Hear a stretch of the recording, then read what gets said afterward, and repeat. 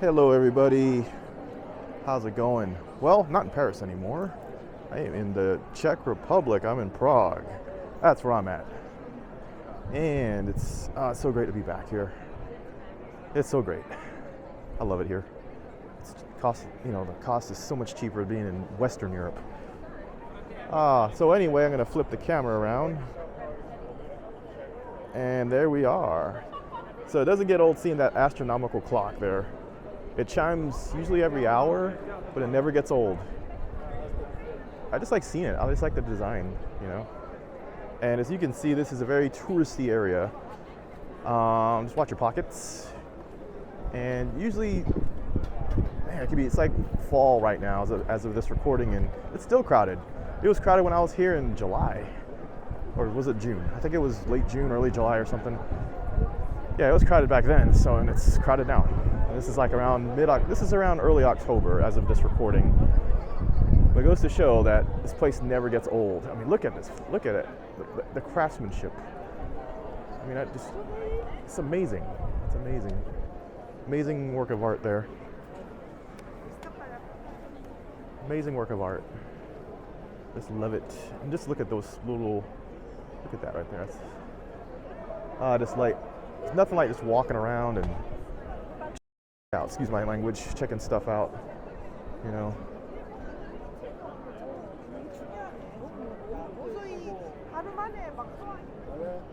So this is cool.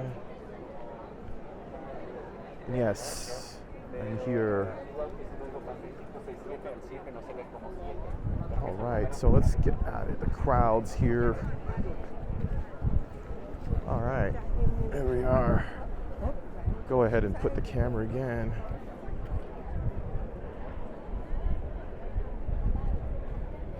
Oh, there we go. Okay.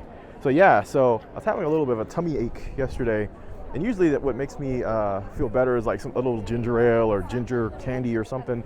So I have I've been toting around this big bottle of ginger ale here, and it looks like a giant bottle of piss, but it isn't. It's really ginger ale, and this is like the smallest they had.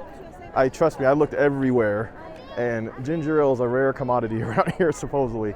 They got everything else. They got plenty of alcohol, But as far as ginger ale goes, and just, forget about it. And this is like the small size. This is the only size they had, so yes. Giant bottle of pee right there. But it isn't. It's really ginger ale. So I'm toting it around so I can get my money's worth. I just want to throw it away. I mean, I can give it to a homeless person.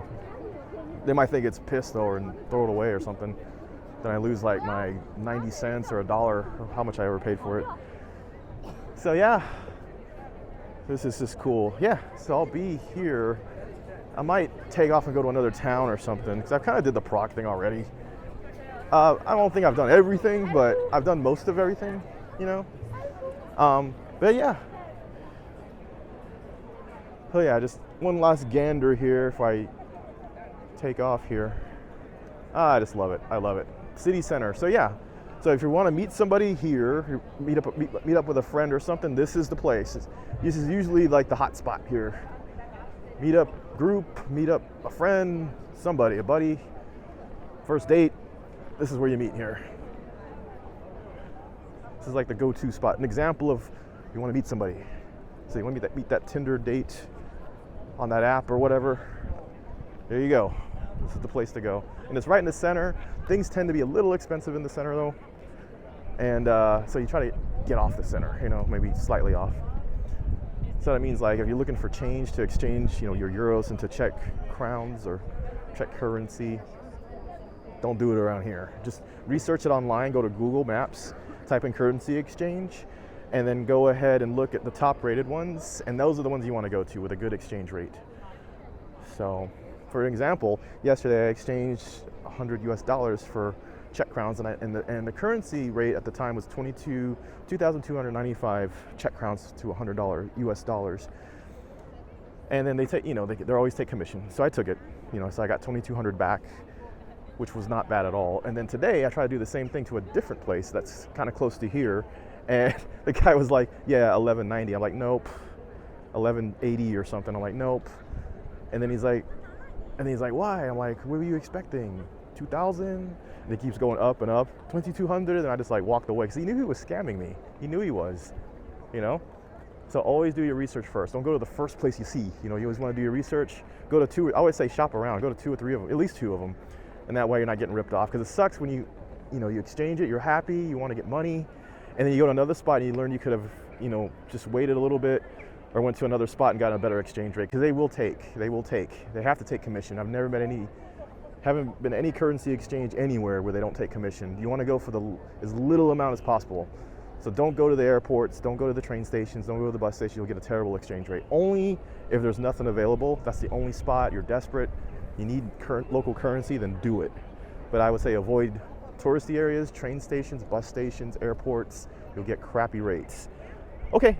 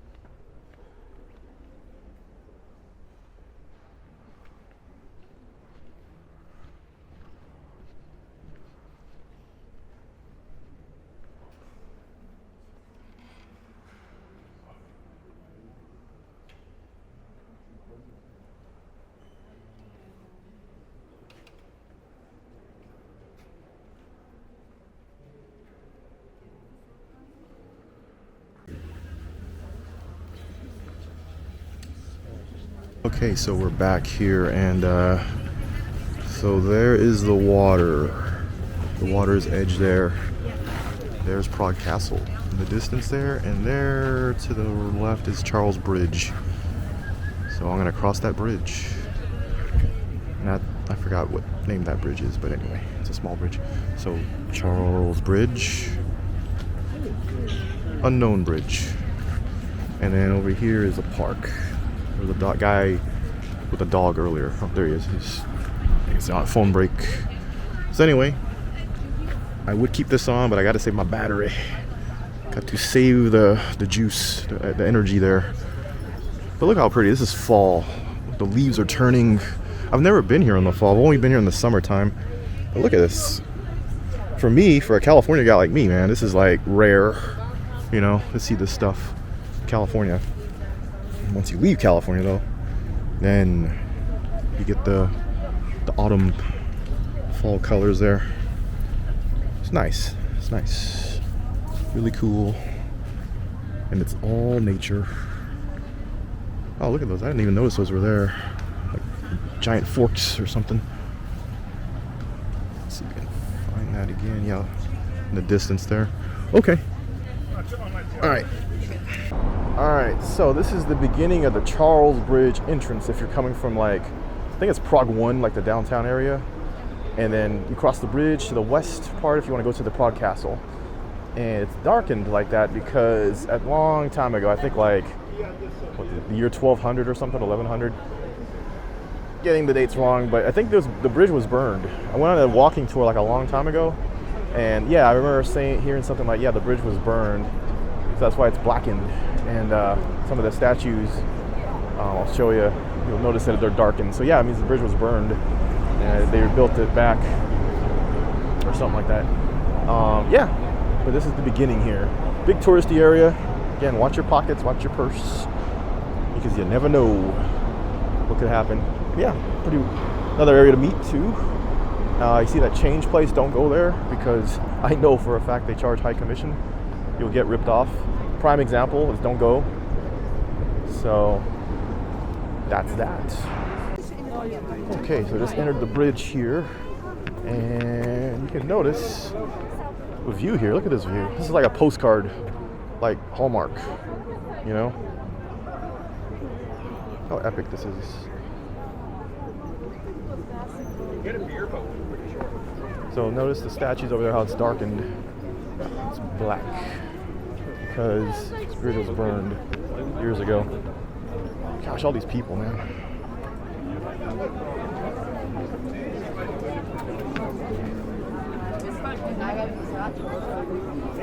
So over the years too, they've also began like restoration projects to protect the bridge and everything. Okay, so yep. See, you notice the bridges that are, or not the bridges. I mean the statues that are blackened here because they were burned. Okay, so here's an example of the statues that are dark here because the bridge was burned a long time ago. And same thing over here on the other side. Same thing is here on the other side too. Yeah, so but they survived the fire, so that's a good thing. And we need to get out of the way here. Okay, look at that view. So stunning. Okay, shutting it off. So we're crossing the bridge. Oh, I'm not shutting it off. Crossing the bridge. And yep, this is it. All right, so here we are at the Karl Zeman Museum. And this is a special effects museum. Karl Zeman basically was a special effects pioneer. And he inspired Tim Burton, Terry Gilliam, and Steven Spielberg. So I'm here to check it out, because why not? And they recommend having a camera inside and taking pictures, so that's what I'll be doing. Okay, here we go.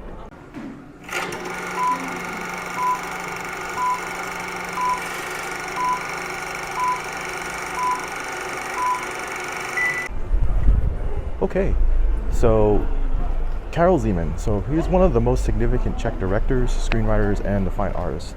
He was born in 1910, passed away in 1989. He made a number of short, medium-length, and feature-length films, the most famous of which are Journey to the Beginning of Time, The Fabulous World of Jules Verne, and The Fabulous Baron Munchausen. Zeman received a number of prizes and awards at prestigious film festivals, bringing Czech cinema to the attention of audiences worldwide. He was admired in his time by personalities such as Picasso, Charlie Chaplin, and Salvador Dali.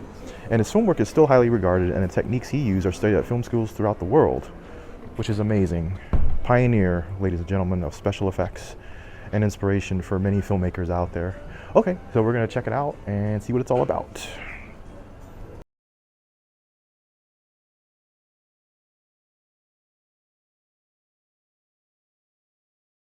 Okay, so we're inside. We are inside here, and we go ahead and flip the camera. Yes, here we are. So here's a filmography.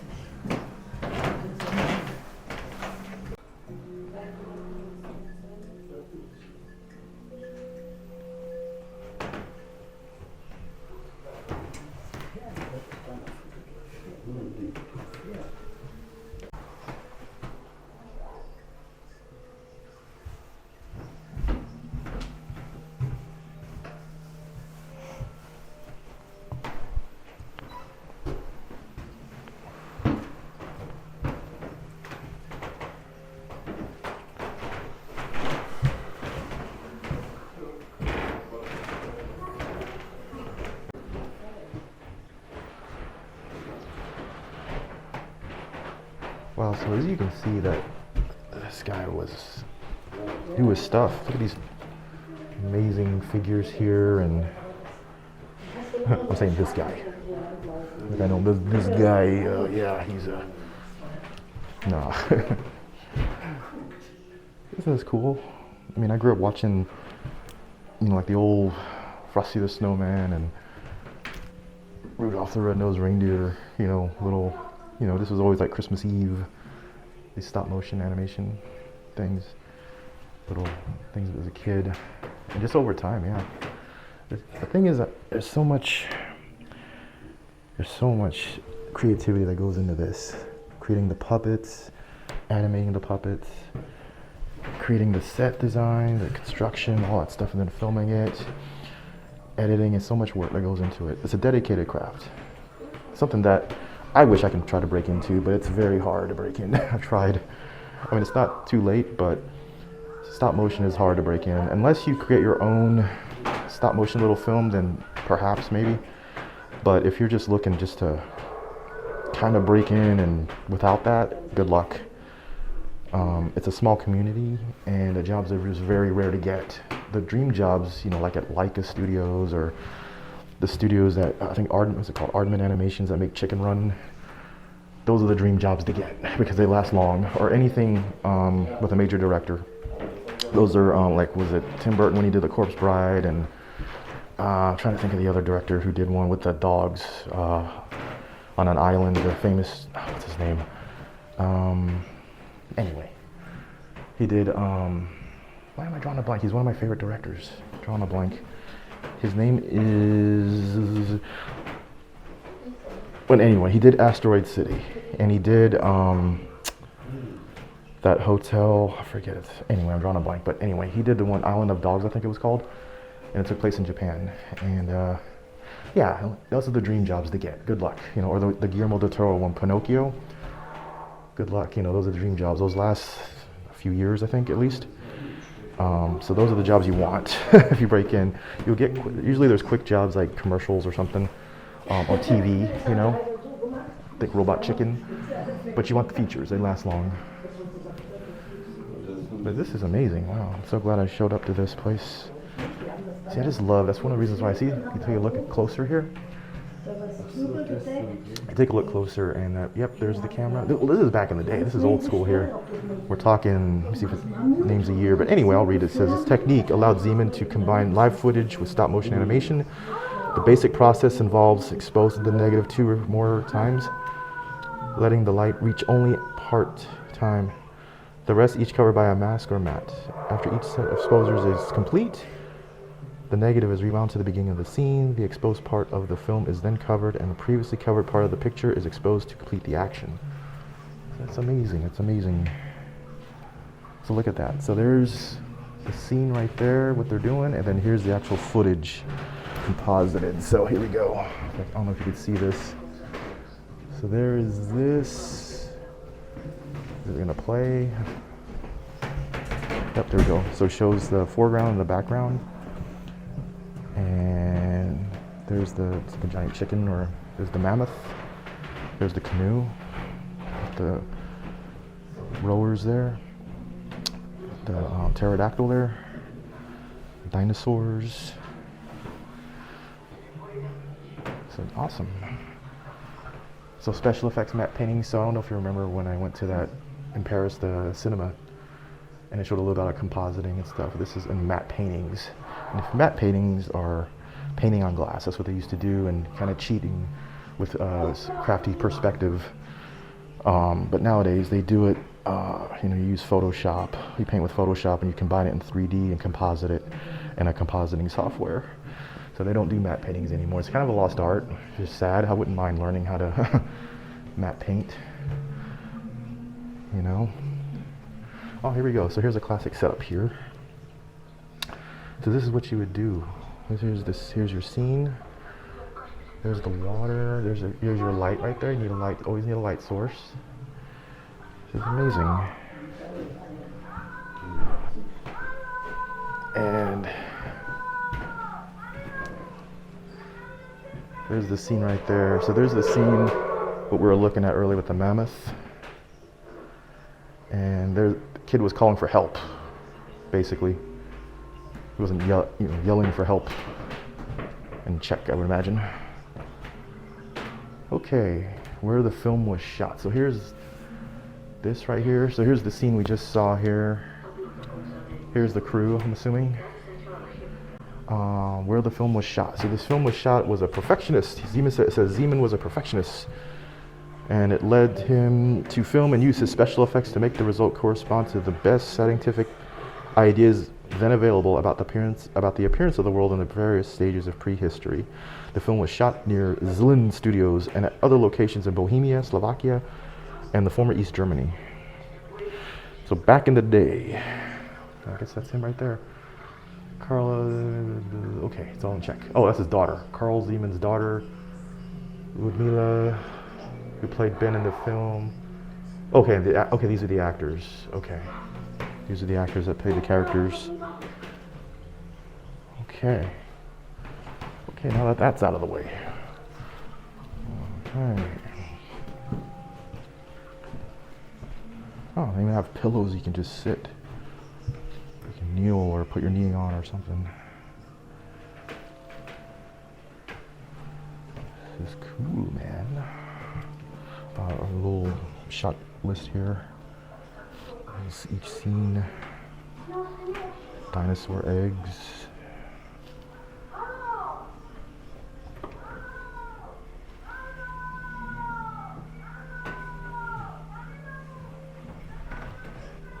Yelling's kind of getting annoying, but it's kind of like on a repeat. So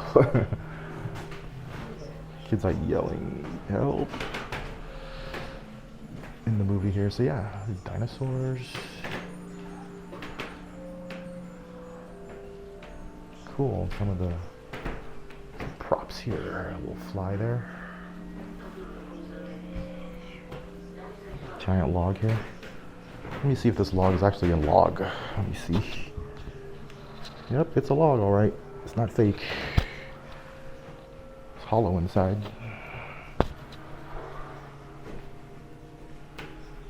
I like that egg. It looks like, kind of looks like a muffin or something, like some bread.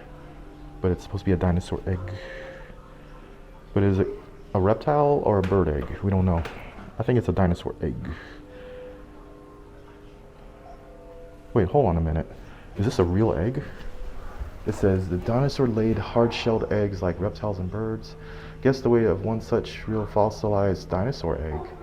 This is approximately 70 million years old and was found in the Gobi Desert in Mongolia. Holy crap, so that's a real dinosaur egg. It says, so there might be a dinosaur inside. So there might be a damn dinosaur right there. And somehow it's been living and breeding in there, and then he'll hatch and create havoc on us. Could happen, you never know. So that's a real egg. I didn't know that. Okay, well.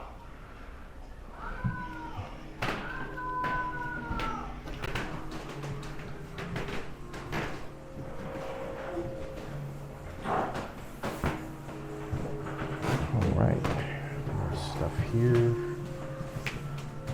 Cool little setup here.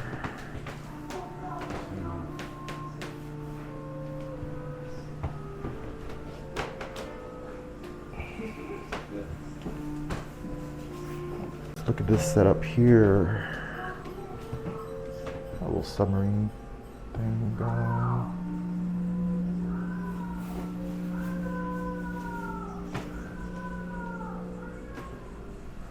Cool, I wonder what this does. So you turn it. Oh, it's like you're driving. Oh, check that out. Turn the little wheel here, and it winds the gears, which is cool. Look at that. Turning the gears. Turning wheel. Go clockwise, and then we go counterclockwise. Yeah. Some cool stuff there.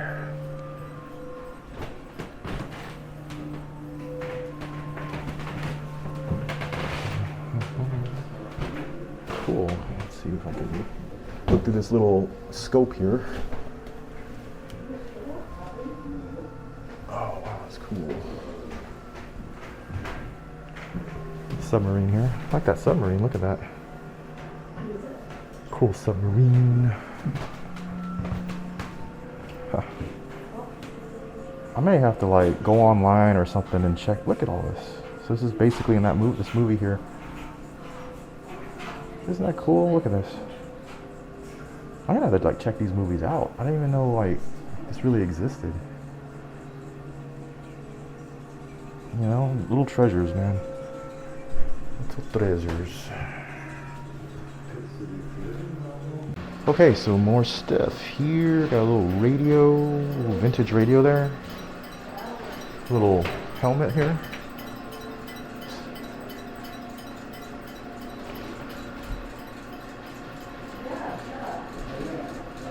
This is awesome. Look at this. Haha. You can actually sit on this and then pretend you're flying. Man, this is one time I wish I had somebody with me to take my photo. But, oh, it is what it is, so. Look at that. Let's try to sit on it at least. All right, let me sit on it. Hope I don't break my neck or nothing here. Let me see. Okay. All right, so I'm sitting on this. Okay, so I'm sitting on it. Here's the handle right here. And let's see if it does anything. Oh, okay, so you pump it and the wings fly. So the wings flap behind me. So let me turn around here. So yeah, so you're pumping it and the wings are flying. I wonder if this would really work. I don't know. That's a hell of an exercise though. Okay, so that's that. Turn it around. That's cool. I don't think it'd work. Base is too heavy. So, you would think. This is cool though.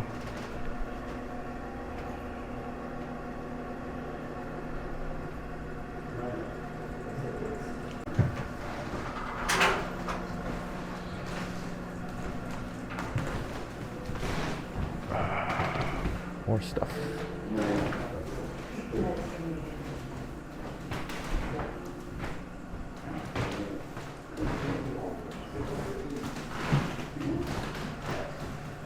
Hey, look, Fly Me to the Moon.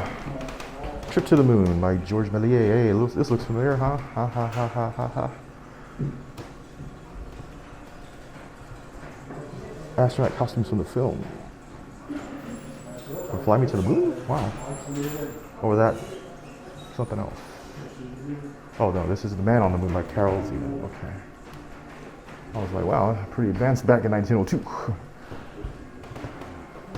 Alright, check out these little costumes here. There's me, yours truly. Okay, perspective. See, it's all about the perspective here.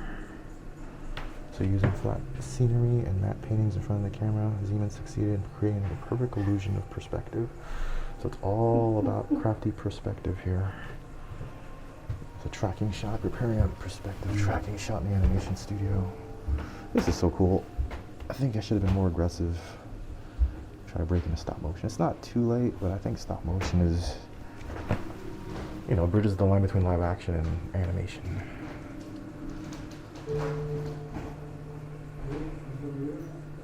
It's very creative.